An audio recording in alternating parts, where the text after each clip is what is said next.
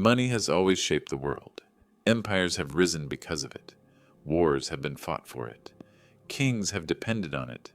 But every once in a while, a single family discovers something that everyone else overlooks. That money is far more powerful than armies. 5 centuries ago, in a small republic in northern Italy, one family discovered how to turn wealth into influence, influence into political power, and political power into a legacy that would outlive kingdoms. Their name was Medici. Today, the name appears in history books, museums, and works of art across the world. It is associated with magnificent palaces, priceless paintings, powerful popes, and extraordinary wealth. But none of that existed in the beginning. The Medici were not kings. They were not nobles. They inherited no throne. They commanded no army. They possessed no vast empire. They began as merchants, and in medieval Europe, merchants were rarely remembered by history.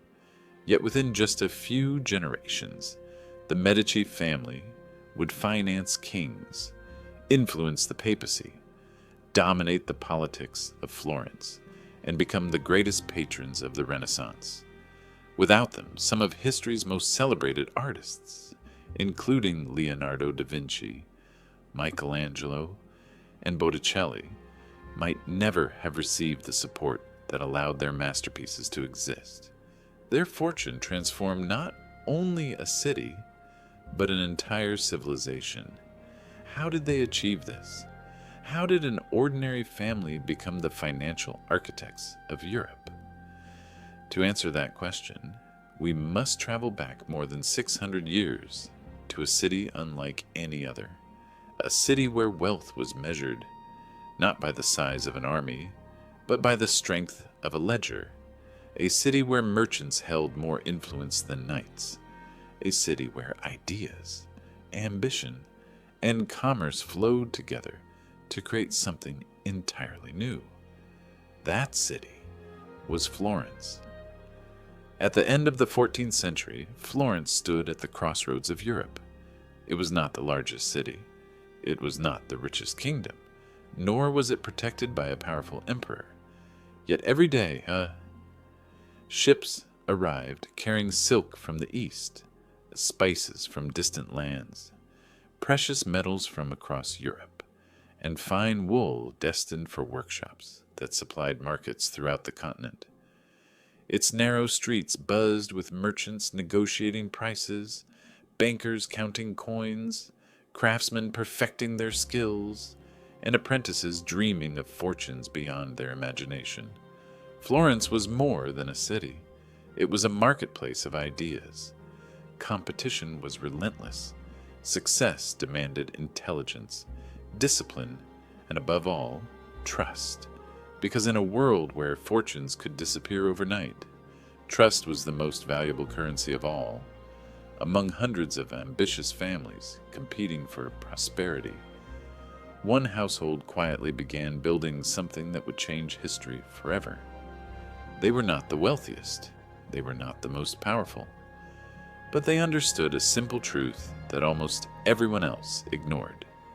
Gold could buy loyalty, credit could create kingdoms, and the people who controlled money could influence rulers without ever wearing a crown.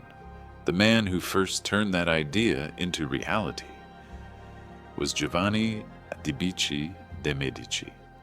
His name would soon become synonymous with a new kind of power, not the power of conquest, not the power of religion, but the power of finance.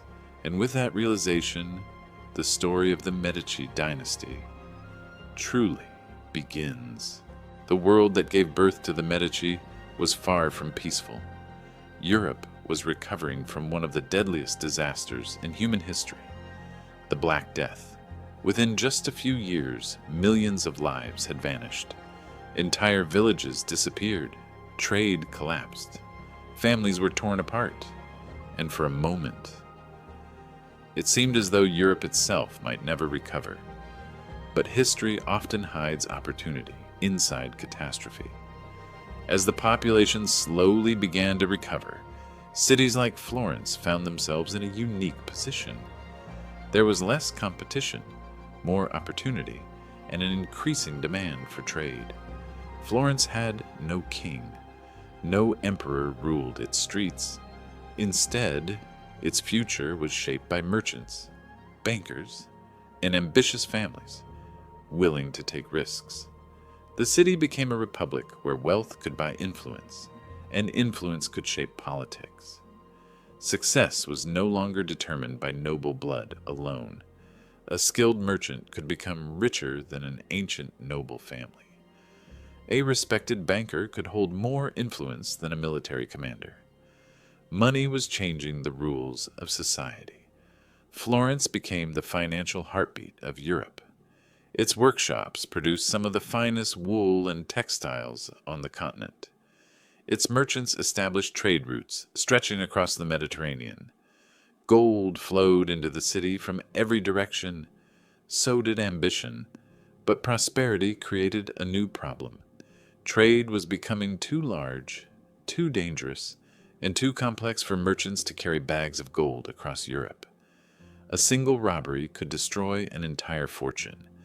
Travel was slow, roads were unsafe, and every transaction carried enormous risk. The old system was reaching its limits. Europe needed something new. It needed trust. It needed records. It needed credit. It needed banks. At the center of this transformation stood a quiet man with extraordinary patience, Giovanni de Medici de Medici. Unlike many wealthy merchants of his time, Giovanni avoided unnecessary attention. He rarely displayed his fortune. He preferred careful planning over reckless ambition. He listened more than he spoke, and while others chased quick profits, Giovanni focused on something far more valuable. Reputation. He believed that a customer who trusted your word was worth far more than a customer impressed by your wealth. That philosophy would become the foundation of the Medici Bank. Instead of treating clients as temporary opportunities, Giovanni built relationships designed to last for generations. He understood that trust, once earned, could become the most profitable investment of all. It was a remarkably modern idea, centuries ahead of its time. While many competitors looked for the fastest way to become rich, Giovanni was quietly building the institution that would eventually finance popes, support kings, and reshape the economy of Europe forever. Every great empire has a beginning. For the Medici, it began with a decision. In the year 1397, Giovanni de Medici de Medici left Rome and returned to Florence. To most people, it looked like an ordinary business move. It wasn't. It was the first step toward building one of the most powerful financial institutions the world had ever seen, the Medici Bank.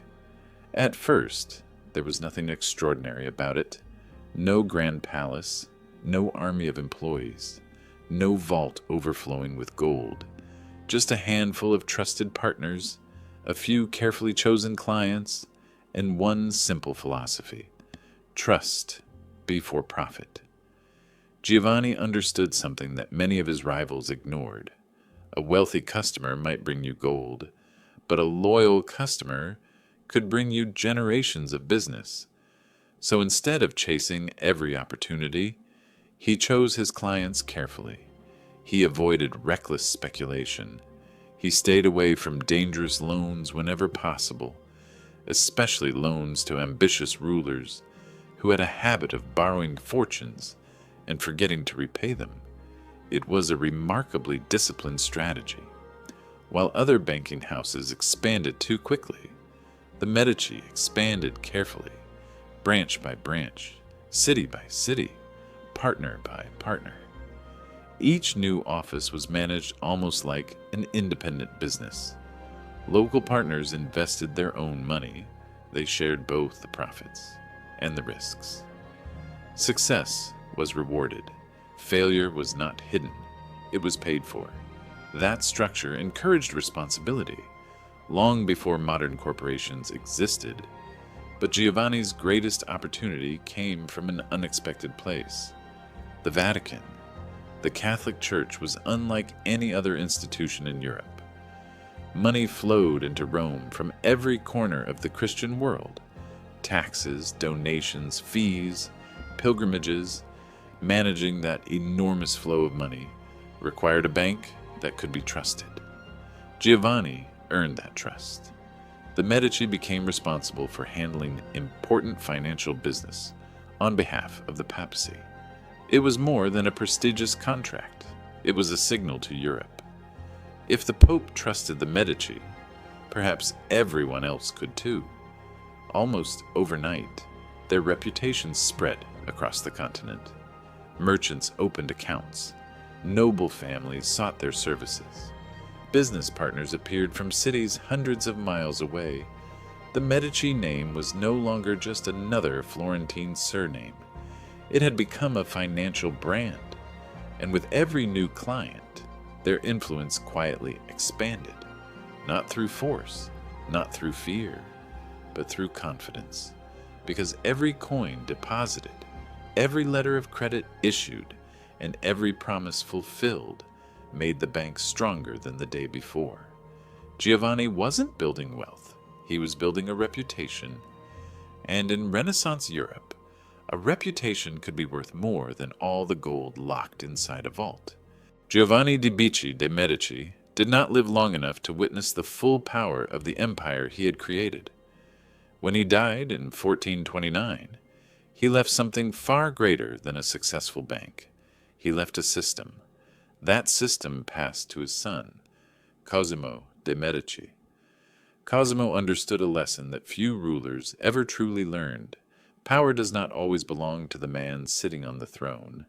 Sometimes it belongs to the man who finances the throne. Officially, Cosimo ruled nothing. He was neither king nor duke nor emperor. Yet in Florence, almost nothing important happened without his approval. He preferred influence over authority, quiet conversations, carefully chosen alliances, and financial support achieved what armies often could not. His fortune reshaped an entire city. Libraries were built, churches rose toward the sky, hospitals cared for the poor, artists found patrons, scholars found opportunity. Florence was becoming something Europe had never seen before, a city where commerce, knowledge, and creativity flourished together. Then came a new generation, Lorenzo de Medici. History would remember him as Lorenzo the Magnificent. Unlike his grandfather, Lorenzo became the face of the family. He welcomed poets, supported philosophers, collected ancient manuscripts, and invested extraordinary sums in art. Among the young talents who benefited from Medici patronage were names that still inspire the world today: Leonardo da Vinci, Sandro Botticelli, and a gifted young sculptor, Michelangelo. The Renaissance was driven by countless thinkers, artists, and patrons, but the Medici gave many of them the financial stability they needed to create work that would outlive generations. Their wealth did more than build a fortune. It helped shape Western civilization, but success can create its own dangers. As the years passed, the bank became increasingly difficult to manage. Some branches made risky loans. Others were poorly supervised. Political relationships became more complicated. Several powerful borrowers failed to repay what they owed. The careful discipline established by Giovanni slowly began to disappear. Confidence weakened, profits declined, and one branch after another began to struggle. By the end of the 15th century, the institution that had once financed popes, merchants, and princes was falling apart. The Medici Bank disappeared, but its influence never truly vanished. Modern banking still relies on ideas that the Medici helped refine: international branch networks, letters of credit, professional bookkeeping, business partnerships, And above all, trust. That was the Medici family's greatest invention. Not gold, not palaces, not political influence. Trust. Because money can be stolen, power can be lost, empires can fall. But trust, once earned, can shape history for centuries. The Medici proved that wealth alone does not change the world. What changes the world is how that wealth is used. More than 600 years later, their bank is gone. Their empire has faded.